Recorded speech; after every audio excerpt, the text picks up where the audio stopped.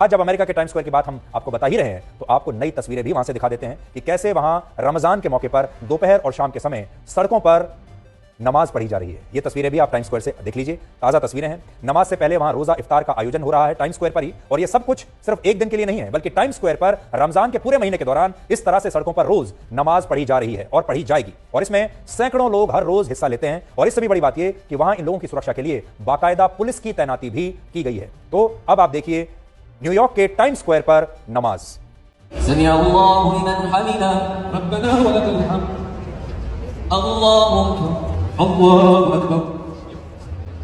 तो हम आप सबकी तरफ से भी इन्हें बधाई दे देते हैं। और देखिए अमेरिका की जो ब्यूटी है, वहां के लोकतंत्र की जो खूबसूरती है, वो यही है कि वो वाकई में एक धर्मनिरपेक्ष देश है। और आपको ये तस्वीरें देखकर शायद ऐसा लगेगा कि ये न्यूयॉर्क की कोई मस्जिद होगी, लेकिन ये न्यूयॉर्क की कोई मस्जिद नहीं है, ये न्यूयॉर्क का टाइम्स स्क्वायर है, जहां पर लोग नमाज अदा कर रहे हैं। और इन सबको रमजान की बहुत बहुत बधाई।